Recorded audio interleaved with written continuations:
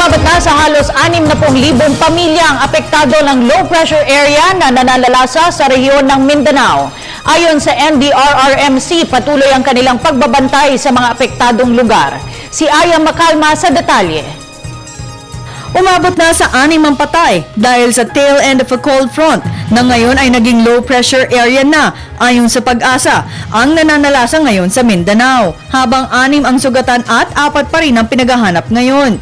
Ang munisipalidad ng Tubod, Surigao del Norte at 15 barangay sa Davao City ang nagdeklara ng calamity.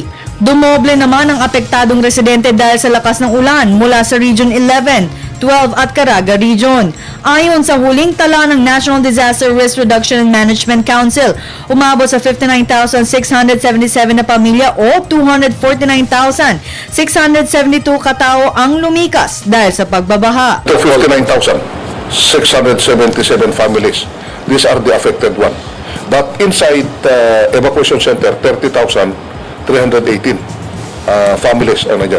When we say affected, kung saan sila napunta yung mga kamag-anak nila, wala sila sa evacuation center. Mas malaki naman ang pinsala sa agrikultura kumpara sa infrastruktura at sa kabuuan umabot sa mahigit 51 milyong piso ang inisyal na halaga ng pinsala dahil sa pag-uulan. More on agriculture kasi baha yan eh. Wala man hangin dahil ito yung cold front lang sa ulan.